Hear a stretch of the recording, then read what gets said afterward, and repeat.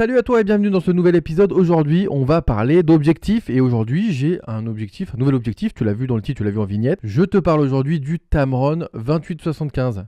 Oui, c'est un zoom. Alors moi qui ai fait beaucoup de vidéos en parlant d'objectifs fixes, de mon amour pour les optiques fixes, je suis passé au zoom. Voilà, ça y est, tout est fini, tu peux emballer, c'est bon. Allez hop. Alors non, oui, pourquoi je suis passé au zoom alors, j'ai eu des besoins récemment de faire des photos et du coup, j'ai pris un 28-75 de chez Tamron. C'est un objectif avec ouverture constante à 2.8 et macro. Donc voilà pourquoi j'ai pris cet objectif-là plus qu'un autre. Alors bon, je l'ai pris sur MPB photo, donc c'est une seconde main, troisième main, je ne sais pas, enfin c'est une occasion. Et je l'ai pris celui-ci parce que déjà il y avait la macro. J'avais envie d'avoir un objectif macro parce que j'avais envie de certains besoins, tu vas voir pourquoi. Et j'avais envie d'avoir une ouverture constante parce que j'en avais marre d'avoir des zooms qui ont une ouverture qui n'est pas constante parce que quand tu zoomes à 28 t'es à 2.8, tu zoomes à 75 t'es à f5.6, c'est horrible alors que des fois tu as besoin d'une ouverture constante tout le temps, même si t'es pas tout le temps à 2.8, mais enfin bref tu m'as compris, l'ouverture ne change pas. Et donc j'avais moi déjà un objectif macro qui est mon 100 de chez Tokina, 100 mm de 2.8 aussi, qui est très très bon, qui est un très très bon piqué. Et là j'avais besoin de quelque chose qui me permette de ne pas changer tout le temps d'objectif et de pouvoir faire et du grand angle et un peu de zoom, un peu de portrait et surtout de la macro. Et en fait c'est parce que j'ai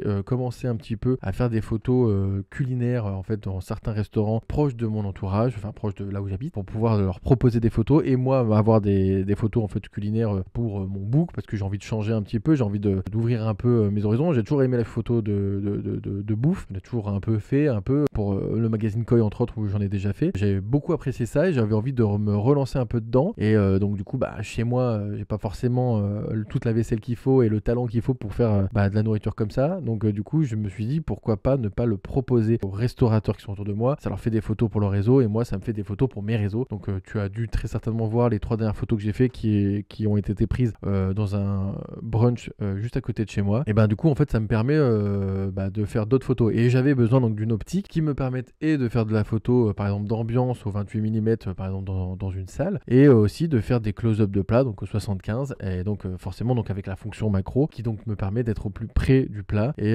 d'avoir une optique de qualité quand même parce que c'est quand même intéressant. Donc c'est une optique que je vais utiliser principalement sur mon Nikon D750 qui est donc un full frame de chez Nikon. Donc j'ai besoin d'avoir quand même une certaine qualité d'optique devant, même si c'est pas la meilleure optique, Tamron c'est pas les meilleurs, Sigma en font un peu des meilleurs, chez Nikon ils sont meilleurs aussi, mais voilà, ils ont peut-être pas forcément tous le côté macro et surtout ils ont pas forcément tous ce prix parce que là je l'ai eu à je crois 150 €, donc c'est pas très cher pour une optique comme ça et c'est l'avantage d'avoir des objectifs d'occasion. Sachant qu'en plus, je sais pas si je vais utiliser ça tout le temps. Sachant qu'en plus, quand là, je me suis retrouvé en situation de faire les photos, tu vois, j'ai aussi emmené mon Tokina 100 mm macro qui lui m'a permis vraiment de faire de la vraie macro parce que le 75 mm macro est un objectif macro mais qui a une distance de mise au point beaucoup plus éloignée que mon 100 mm. Et des fois, quand je voulais faire des vrais close-up très serrés, le 100 mm me le permettait alors que le 28-75 me le permettait pas. Donc tu vois, c'est pas pour remplacer mon 100 mm, c'est pour avoir quelque chose en plus et quelque chose d'un peu plus polyvalent et surtout, par exemple, d'avoir quelque chose où je ne suis pas obligé de changer tout le temps d'optique parce que ça c'est vrai que de temps en temps, de plus en plus même avec l'activité que j'ai envie de faire, quand je me présente j'ai envie d'avoir un boîtier et j'en ai marre en fait d'avoir 50 000 trucs dans mon sac. C'est peut-être avec la vieillesse, j'ai pas envie de me blinder, j'ai envie vraiment de partir avec mes flashs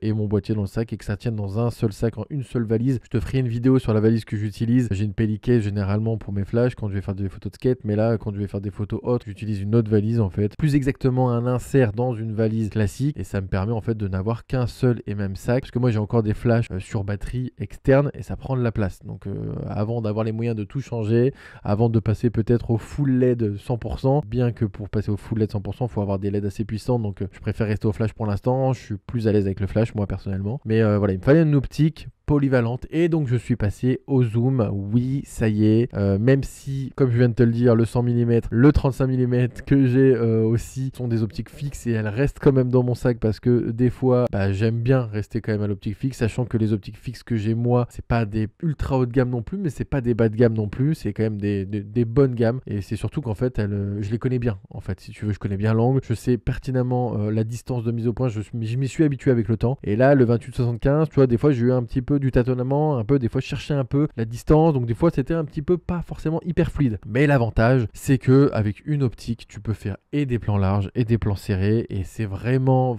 très très bien. Ça permet, tu vois, de ne pas perdre trop de temps sur le set pour faire des photos, parce que là, comme je te le disais, donc c'est des photos que je propose aux restaurateurs qui donc sont pas forcément habitués à avoir des photographes qui viennent faire des photos chez eux. Des fois, c'est juste avant le service ou même pendant le service, donc t'as pas le temps de t'étaler trop, tu vois, et du coup, il faut être performant, il faut être rapide. Donc un zoom, c'est pour moi la meilleure solution pour être rapide et pour avoir de la polyvalence rapidement et pour avoir de la qualité rapidement sans changer d'optique tout le temps. Après, quand tu dois faire des photos un peu plus posées, là j'avoue que j'ai quand même une petite tendance à utiliser les optiques fixes parce que je les connais mieux et parce que je trouve quand même que la qualité d'image est meilleure, tu vois, malgré le fait que mon 100 mm c'est un Tokina, donc c'est pas non plus un Nikon, c'est pas non plus un Sigma Art, mais ça fait parfaitement le job et la qualité est vraiment nettement au-dessus. Et comme je te disais, donc là c'est pour la question aussi de distance de mise au point. En tout cas, je suis très content de cet achat. Le 28-75 de chez Tamron est plutôt très bon. J'aime bien le rendu qu'il a. Et en plus, ça c'est un truc en plus, il me permettra aussi par exemple de faire de la vidéo avec mon réflexe numérique que jusqu'à maintenant je n'utilisais pas. Jusqu'à maintenant j'utilisais une optique fixe. Donc là je suis sur le GX9, mais d'habitude j'utilise un Nikon D750 pour filmer qui est avec un 24 mm, donc objectif fixe. Mais du coup de temps en temps si j'ai envie de changer de plan, je dois changer d'objectif. Donc si je dois changer de valeur de plan, c'est un peu pénible. Faut que je démonte tout, alors que là